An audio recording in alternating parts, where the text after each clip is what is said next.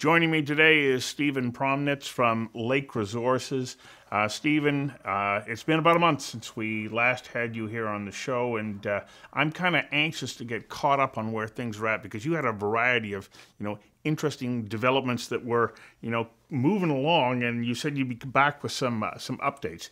Tell us, what's happening as far as your lithium extraction technology down in Kachi, and then, where are we at testing and let's get all the way through to, I understand that it's been placed into a 622 type battery. Of course, I'm getting so excited about it, but as always, just before we start, what's your symbol and what market are you trading on? Well, look, thank you very much, Stu. So I'm the Managing Director of Lake Resources, Steve Promnitz. Our ticker code is LKE on the Australian Securities Exchange, and on the OTC in the US, LLKKF. And It's also LK1 in Frankfurt. And our focus is on cleaner, high purity lithium. So for a quick update of what's happened since we last spoke,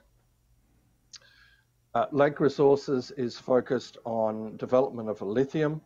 We have 3 projects in Argentina, which are lithium brines, but we're using a direct extraction process with our technology partner Lilac Solutions out of California, and that's to extract the lithium straight out of the salty water so that we can then return it back to its source. The benefit of that, and I'm sorry to go over old ground, the benefit of that is you produce a high purity product because you're only taking the lithium out. You do it much more quickly and efficiently. We're talking hours instead of months or years. And best of all, it has a much smaller environmental footprint. Because we return virtually all the water back to its source, and physically we're talking 1 or 2 city blocks instead of 15 square kilometers of evaporation ponds.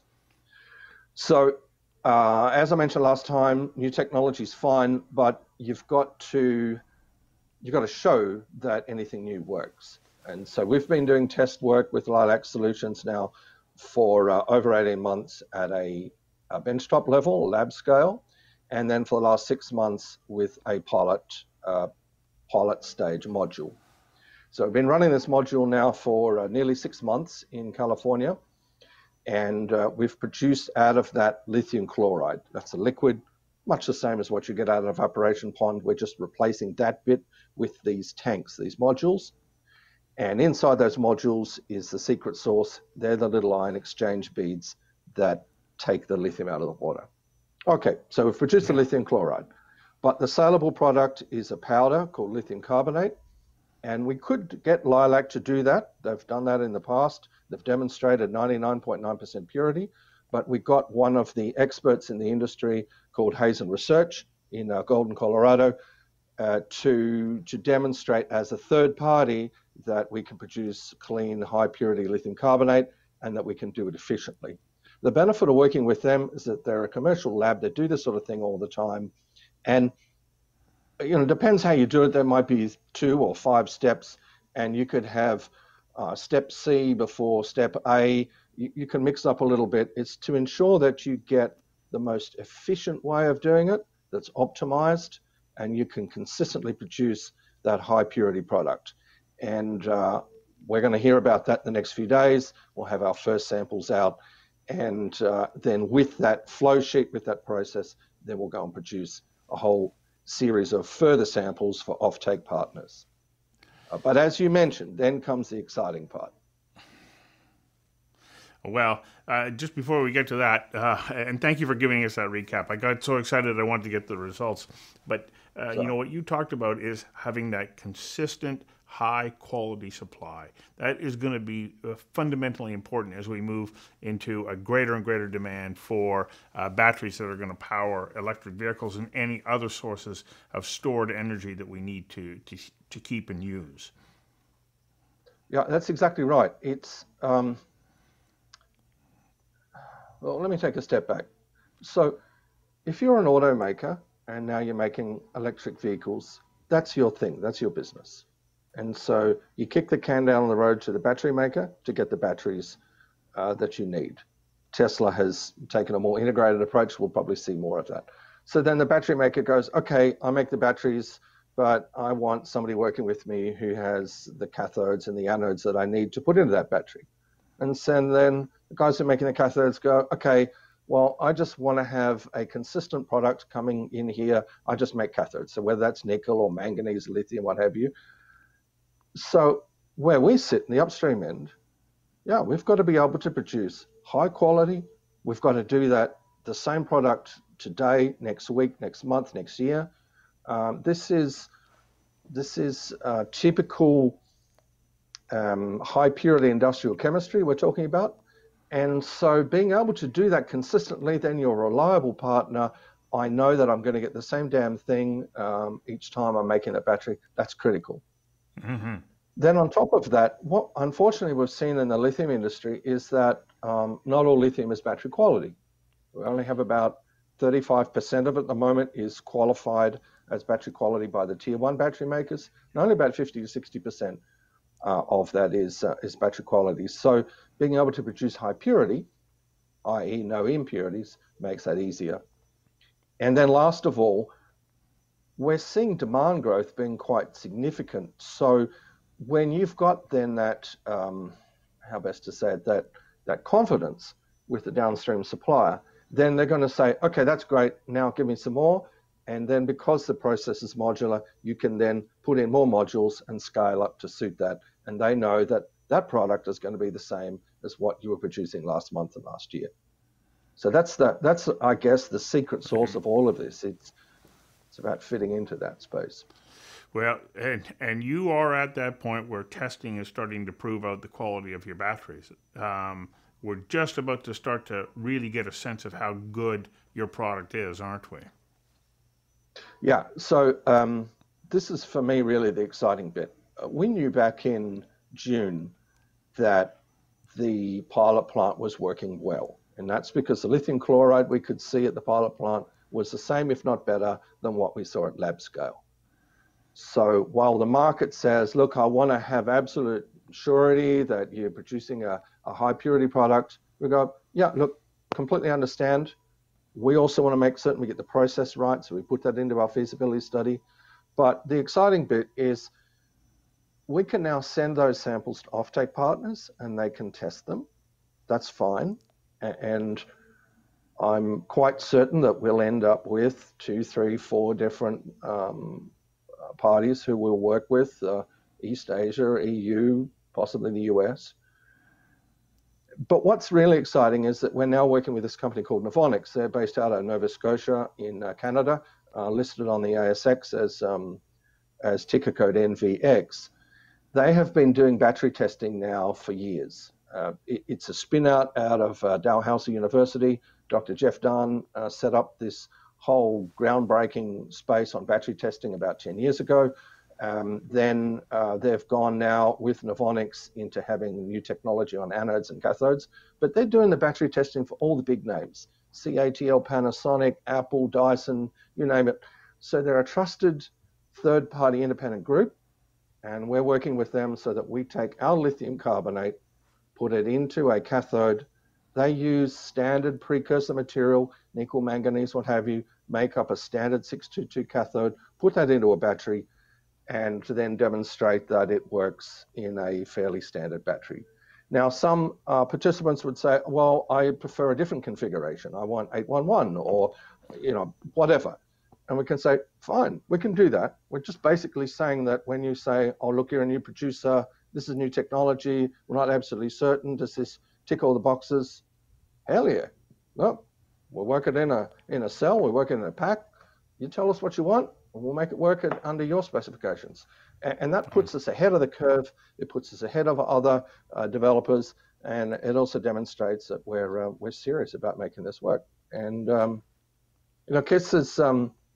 this next year is going to be such a big change, not just for the company, but we're seeing the whole industry moving to be more favorably predisposed towards direct extraction and towards new technologies and more sustainable processes, and then together with a demand that's growing exponentially, and we're going to be positioned to serve that. So, Stephen, when we take a look at what's happening in the EU right now and its requirements to move away from any fossil fuel powered vehicles by 2030, the demand for clean, high grade, battery quality lithium is going to skyrocket. Some people say by as much as 18 times. So, what does that do to battery suppliers who now need to be looking for sources like yours for a sustainable and reliable supply of lithium? Yes, it's an excellent question, and it's something that the upstream has actually been asking now for a while, because what we've seen is an underinvestment in new production, and that's because the lithium price has been reasonably flat. Now, you could imagine it doesn't matter which sector you're in, it could be gold. Gold price goes up, people go, okay, I want to be in gold. The time to actually commit to that was before the price goes up. Exactly the same now, we can see this demand, battery makers can see the demand, but there needs to actually be investment in the upstream end for that to occur. Now, the good thing is it creates opportunities for companies like us.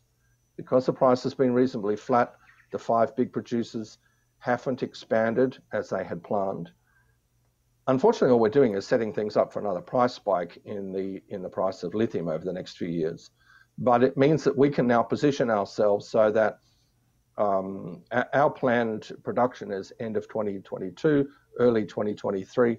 Most forecasters have demand going up substantially somewhere around 22, 23. So we're going to be well positioned for that.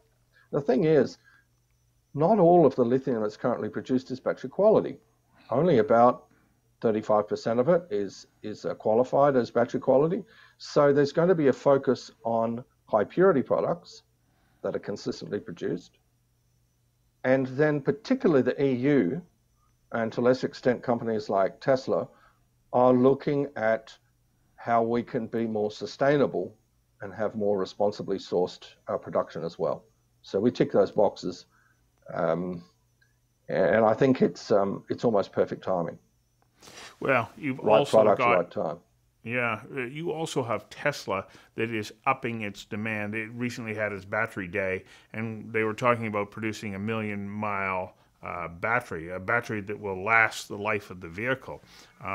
These are big goals, and until, of course, somebody like Elon Musk comes along and says, we're going to do this, other people sort of go, I think I'm going to temper my enthusiasm for that. But the fact that he's pushing towards that means that he's going to be demanding a higher and higher quality level of all lithium that is going to be used in those batteries. This is where you come back in. Like your test results are starting to show that you've got a really high quality product, and so you're well positioned to see this expansion. Yes.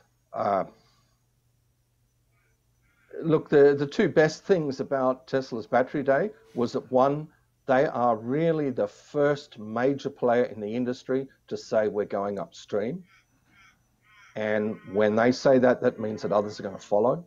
And the second, the sheer growth that one company talked about in 10 years, their growth was more than the rest of the industry, with 165 gigafactories producing lithium-ion batteries, was more than all of that. So we're seeing a significant growth, and yeah, we're well positioned for that. Look, it's easy for me to say this. Within the next 3 to 6 months, we're going to have more results. We're going to have our product in a battery. We'll have a pilot plant being built on site. So then I think some of the people that are saying, well, is this really the thing? Then we'll start to see some of those detractors decline. Look, we're not the only direct lithium extraction process, but it certainly suits what we're doing. And being one of the first, I think, means that you're ready to participate. Some of the companies that are showing some interest in direct extraction lithium now, they've still got to do all their test work. So we're still 2 years ahead of them. So you're still scaling up, but what is the scalability of your process so that as you get into that supply stream and the demand for what you're doing goes up, what's your ability to be able to meet it? So the beauty of lithium brine projects in northern Chile, northern Argentina, is that they're large. And because we're only treating water to make them larger, you just drill more wells, pump out more water and process it. So they've got the scale and the sheer size of projects. Our flagship project, Kachi, meets all those requirements. We have a pre-feasibility study, 25 years of production at 25,000 tonnes per annum. It only uses 20% of the resource we've currently defined. So we can make that resource bigger. So that's a start, having a big project. But the beauty here is because we're not building evaporation ponds, all we do is just put more tanks there, what we call modules. These modules aren't particularly big. They're a few meters high. They're a couple of meters wide. And so for our production at 25,000 tonnes per annum, under the current configuration, we've got about 55, 60 of those modules. Then somebody says to us, great, can you make it 50,000 tonnes per annum? We go, okay, we'll just put another 50 tanks there. It doesn't take up that much room. It's an extra shed. We drill a few more wells. And so then in a year, suddenly you've doubled production. Now, it doesn't matter if you're in hard rock or in brines. Nobody else can scale up like that. And the beauty is, because we're doing exactly the same thing, we're going to be producing the same product. So we don't have this issue about, okay, we're building a new plant. Does those product specs actually suit what you were doing before? So, look, you've got to walk before you can run. Yeah. But once we're running, we're going to have the wind at our back. So how long before you have the results in that are going to validate everything that you believe to be true right now? Okay, I am going to answer that, but I will just preface it by saying every time we've released results, as soon as we do, people go, okay, so what's your next news item? What's the next catalyst? You go, oh, come on, we just made a big hurdle here. So if I look back, a big hurdle was back in January. We demonstrated high purity, 99.9% purity at lab scale from our Kachi brines. Then in June, July, we demonstrated that our pilot plant modules are producing the same thing. Here in October, we're showing how we can produce high purity lithium carbonate, and then we're producing more of those samples for offtake partners and the batteries. So that'll be another key step in the process. Then people will say, okay, that's good, but I want to see a pilot plant on site. Right. We're scheduled to have that the first part of next calendar year, COVID allowing. And then perhaps the kicker, I think, will be when at least one of the offtake partners gets into the process of fear of missing out and actually signs up with us together with financing. And then I suspect the market will go, all right, this thing's happening. And we've seen some other companies. For example, there's an excellent company recently that did an offtake agreement with Tesla. Now, they were well positioned because they're inside the continental US. But one thing, having geographic location, but if you've got scale and you've got the right product, I think we'll see that happen to us as well. And there is going to be a bit of an arms race, as Benchmark Mineral Intelligence talked a bit of an arms race on who gets supply into the new batteries. And that's going to be a battle between China versus Japan, Korea versus the EU versus the US. And that's going to be pretty exciting, because what we don't want to have is all the interest in building new electric vehicles and building batteries and then not having the product to actually go into them. That would be such a shame. Well, and what you are extracting, producing, and demonstrating is that you've got a supply that will help to ensure that as the world wants more and more of these products, they can have them. You've got it. Without then the concern that, oh, look, we've gone from fossil fuels, but now we're digging more holes in the ground. You know, all we've done is change things. Okay, we have a smaller CO2 footprint.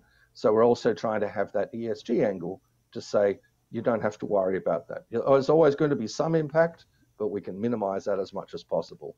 Yeah. I'm looking forward to it. This is what the future is going to look like.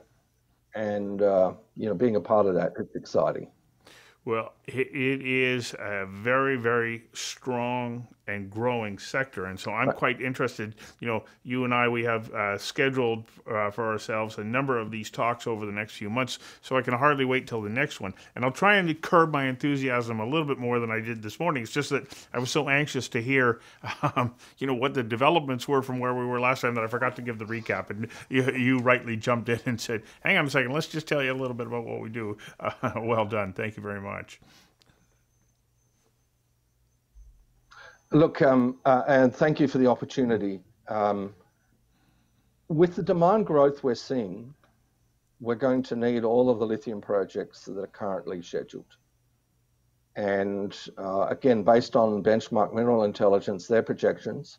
So that might service us out to 2023, 2025. And then what? Right. So we have to do things that are new. We've got to do things that are different. We don't have to reinvent the wheel, but the great thing about adapting a known technology for lithium, having a better ESG outcome, and a consistent, clean, high-purity product, this is going to win the day. And we're going to be one of the only companies to do that. So, so that's my story. Lake Resources, cleaner lithium for an electric world. I'm looking forward to the next update. Thank you, Stu. Thank you very much, Stephen.